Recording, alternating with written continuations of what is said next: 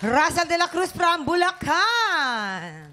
Oh, ano chika mo? Ay, ito na nga, Mang. Ano chika? Dali, ano? Ito na ang chika ko. Ito naman, good chika naman to. Oh, sige, sige. Ito pala, ay nako, may tinatawag pa lang, ano yun? Tawag doon? Faculty na... Student Student assistant po. Student faculty, ay ganun? Student assistant po. So, student assistants. Mapapunta na ako doon sa pagkaano, medyo baka mabantayo, Student Assistant. assistants. Assistant. Ayan, yun mamang.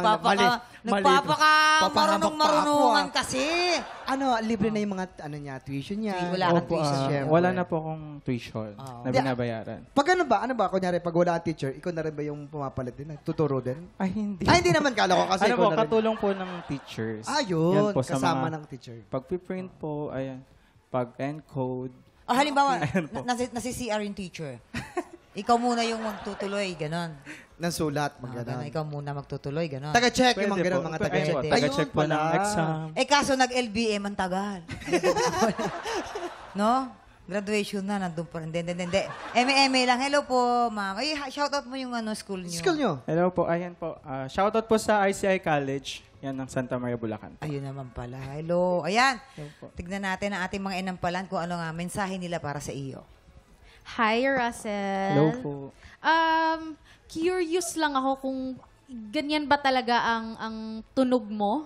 Kasi medyo nahahawig talaga siya dun kay Sam Smith dun sa original yung boses mo. So, curious lang ako kung sa ibang kanta, ganyan pa rin ba ang tunog mo. Na-appreciate ko yung mga bale na ginawa mo. Itong kantang to, given na mahirap talaga. Mahirap ang shifting, mahirap ang mga kulot na binigay ni Sam Smith dito. Binago mo pa yung iba. So, kumbaga, pinahirapan mo pa yung sarili mo.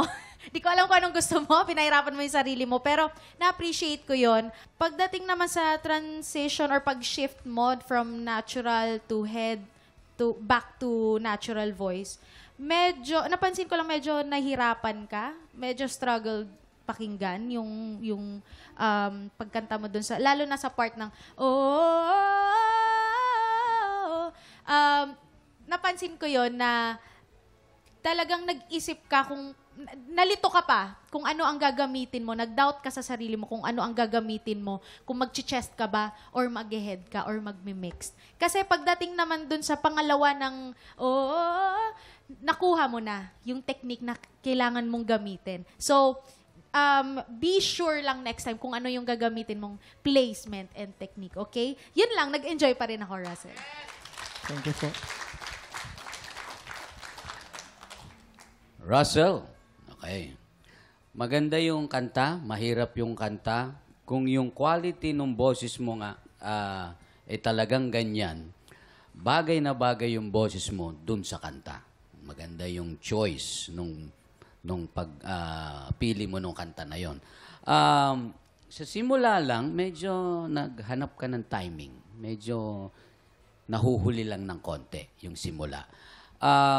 Lyrics, dahil yung quality kasi nung boses na ginagawa mo, medyo muffled siya.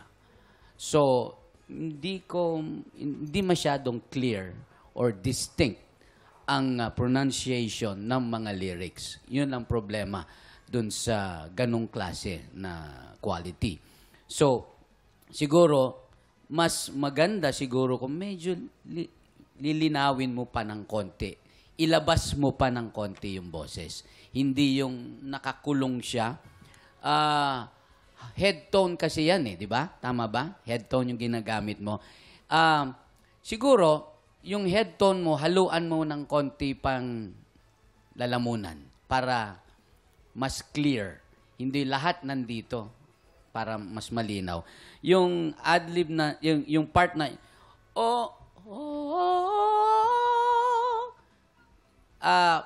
mas gusto ko siguro, kasi sabi ni Hana, hindi ka sigurado. Siguro, mas idiin mo yung pang-apat na O. Tarararta. Mas idiin mo pa yon para mas maganda. Kasi yung simula mo, maganda na Yung skala natin na ginagawa mo, yung scale na ginagawa mo, maganda na yung simula, yung 1, 2, 3. Yung fourth, kailangan idiin mo para mas maganda. Ano pa ba? meron mga certain parts lang naman, hindi naman marami yung kailangan masapul mo. Sa second stanza, yung stay with me, yung 1, 2, 3, yung fourth stanza, it's clear to see, medyo hindi lang na ano ng konti. At saka yung dulo na but darling, medyo kinapos lang ng konti. Yun. Maraming salamat po. Ayan, aalamin na natin kung ilang bituin ang iyong maiuwi mula sa ating mga inampalan. Russell, ito ang aking mga stars for you.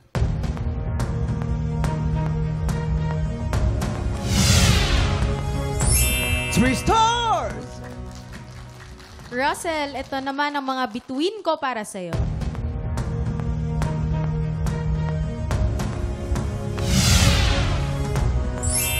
Three stars! Ayan, mamaya na natin ipapakita ang scores ni Papa Renz. Mag-recap muna tayo. Si Iman ay meron 6 stars at ikaw naman, Russell, ay ganun din, meron ka ding 6 stars.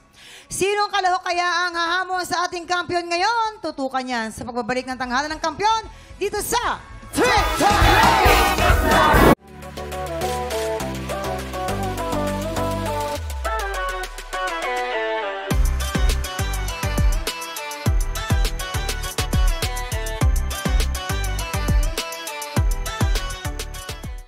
Tiktropa, pinanood mo hanggang sa dulo itong video na ito? Abay, very good ka! For more happy time, watch more TikTok Lock videos on our official social media pages and subscribe to GMA Network official YouTube channel.